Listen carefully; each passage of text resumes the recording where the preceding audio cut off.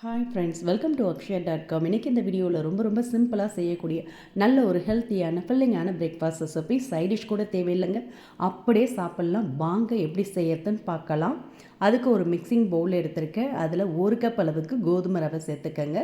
நல்லா பொடிசாக இருக்கிற மாதிரி இருந்ததுன்னா நீங்கள் அப்படியே சேர்த்துக்கலாம். கொஞ்சம் பெருசாக இருந்ததுன்னா மிக்சர் ஜாரில் ஒரு 2 பல்ஸ் மோடு விட்டு அரைச்சி சேர்த்துக்கங்க. இது மாதிரி நல்லா பொடிசாக இருந்ததுன்னா நல்லாயிருக்கும். இப்போ இந்த கோதுமை ரவையோட ஒரு 1/2 டீஸ்பூன் அளவுக்கு உப்பு சேர்த்து நல்லா கலந்துக்கங்க. நான் 200 கிராம் அளவுக்கு கோதுமை ரவை சேர்த்துருக்கேன். இதில் 3லேருந்து 4 பேர் நல்லா ஃபில்லிங்காக சாப்பிட்லாம். இது கூடவே 1/4 கப் அளவுக்கு நல்லா சூடான தண்ணீர் ஊற்றி நல்லா கலந்துக்கங்க. கோதுமை ரவை 1 கப் எடுத்தோம், அதே கப்பில் 1/4 கப் அளவுக்கு சூடான தண்ணீராக ஊற்றி நல்லா கலந்திங்கன்னா சாஃப்டாக ஊறி வரும். அப்படியே மூடி வச்சுடுங்க. இப்போ இதோடு சேர்க்கறதுக்கு ஃபில்லிங் ரெடி பண்ணிக்கலாம். அதுக்கு ஃப்ரை பண்ண சூடு பண்ணியிருக்கேன். அதில் 2 டேபிள் ஸ்பூன் அளவுக்கு சமையல் எண்ணெய் ஊற்றிக்கோங்க. எண்ணெய் சூடானது 1 டீஸ்பூன் ஜீரகம், கூடவே 5-6 உரிச்ச பூண்டு, 2 பச்சை மிளகா, கருவேப்பிலை எல்லாத்தையும் பொடிசாக கட் பண்ணி சேர்த்துக்கங்க. சேர்த்து அதோட பச்சை வாசனை போகிற அளவுக்கு வதக்கிக்கங்க. ஓரளவுக்கு வதங்கி வந்ததும் இதோட மீடியம் சைஸில் ஒரு வெங்காயத்தை பொடியாக கட் பண்ணி சேர்த்து நல்லா கலந்துக்கங்க. வெங்காயம் நல்லா கலந்து வதங்கி வந்ததும் இதோட 1/2 கப் அளவுக்கு பொடிசாக கட் பண்ண கேரட், 1/2 கப் அளவுக்கு உருளைக்கிழங்கு, ஊற வச்ச பச்சை பட்டாணி, உங்கள் கிட்ட என்ன வெஜிடபிள் இருக்கோ எதுவாக இருந்தாலும் நல்லா பொடிசாக கட் பண்ணி சேர்த்துக்கங்க. இது கூடவே ஒரு 1/2 டீஸ்பூன் அளவுக்கு உப்பு சேர்த்து நல்லா கலந்து விடுங்க. சீக்கிரமாக வதங்கி வரும். இப்போ நல்லா ஓரளவுக்கு கலந்து விட்ட பிறகு இதில் 1/4 டீஸ்பூன் மஞ்சத்தூள், 1/4 டீஸ்பூன் கரம் மசாலா பொடி, 1/2 டீஸ்பூன் மிளகாய்த்தூள் சேர்த்து நல்லா கலந்துட்டு இதை அப்படியே மூடி வச்சுடுங்க. 1 நிமிஷம் அப்படியே மூடி குக்காகட்டும். பட்டாணி உருளைக்கிழங்குலாம் சேர்த்துருக்கோம். நல்லா குக்காகி வரட்டும். சரியாக 1 நிமிஷம் ஆனதும் திறக்கிறேங்க. நல்லா வெஜிடபிள் எல்லாமே ஓரளவுக்கு வெந்து நல்லா சாஃப்டாக இருக்குது. இப்போ அடுப்பை ஆஃப் பண்ணிவிட்டு இதோட கொஞ்சமாக ஃப்ரெஷ்ஷான கொத்தமல்லி இலைகளையும் தூவி நல்லா கலந்துடுங்க. கலந்து இதை அப்படியே எடுத்துகிட்டு வந்து ஊற வச்ச கோதுமை ரவையோடு சேர்த்துக்கலாம். கோதுமை ரவையும் ஒரு 8 நிமிஷத்துக்கு மேலே ஊறி நல்லா சாஃப்டாக வந்திருக்கு பாருங்கள்.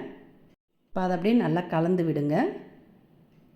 இது மாதிரி நல்லா கலந்து விட்ட பிறகு இதில் நம்ம வதக்கி வேக வச்ச வெஜிடபிள் எல்லாத்தையுமே சேர்த்து நல்லா எல்லா இடம் பரவுற மாதிரி கலந்துக்கங்க. ரொம்ப சுவையாக அருமையாக இருக்கும். ஒரு தடவை இந்த மாதிரி செஞ்சு கொடுத்து பாருங்கள். இனி அடிக்கடி செய்ய சொல்லி கேட்பாங்க. நல்லா எல்லா இடம் பரவுற மாதிரி நல்லா கலந்து எடுத்துக்கங்க. இந்த அளவுக்கு நல்லா கலந்த பிறகு இப்போ இதை அப்படியே நீங்கள் குட்டி பவுலில் கூட ஃபில் பண்ணி ஸ்டீமரில் வேக விட்டு எடுத்துக்கலாம்.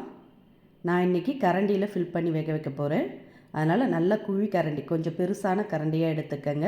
அதில் துருவன தேங்காய் 1 ஸ்பூன் அளவுக்கு அடியில் பரப்பிட்டு இப்போ கலந்து வச்ச ஃபில்லிங் எடுத்து உள்ளே வச்சு லைட்டாக ப்ரெஸ் பண்ணி விடுங்க. திரும்பவும் மேலே கொஞ்சமாக தேங்காய் துருவல் சேர்த்து இது மாதிரி ப்ரெஸ் பண்ணி விட்டிங்கன்னா எடுக்க ரொம்ப ஈஸியாக வரும். இந்த கரண்டியில் நீங்கள் எண்ணெய்லாம் எதுவுமே தடவ வேண்டியதில்லை. இட்லி பிளேட்டில் இது மாதிரி குழிகளில் இலை இருந்ததுன்னா கட் பண்ணி சேர்த்துக்கங்க.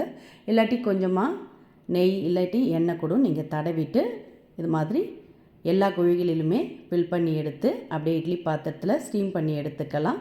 உங்களுக்கு எத்தனை பிளேட்டில் ஃபில் பண்ண முடியுதோ அத்தனை பிளேட்லேயும் வரிசலாக ஃபில் பண்ணி அடுக்கிட்டு இட்லி பாத்திரத்தை மூடி அடுப்பை மீடியம் ஃப்ளேமில் வச்சு ஒரு 8லேருந்து 10 நிமிஷம் குக் பண்ணிங்கன்னா போதும். நல்ல கமகமன் மணக்க சுவையான ஹெல்த்தியான பிரேக்ஃபாஸ்ட் ரெடி ஆகிடுங்க. இதுக்கு சைடிஷ்லாம் எதுவுமே பெருசாக தேவையே இல்லை. அப்படியே சாப்பிடவே ரொம்ப சூப்பராக இருக்கும். எப்போவும் ஒரே மாதிரி கோதுமை ரவையில் கிச்சடி, உப்புமா, தோசை கூட செஞ்சுருப்பீங்க.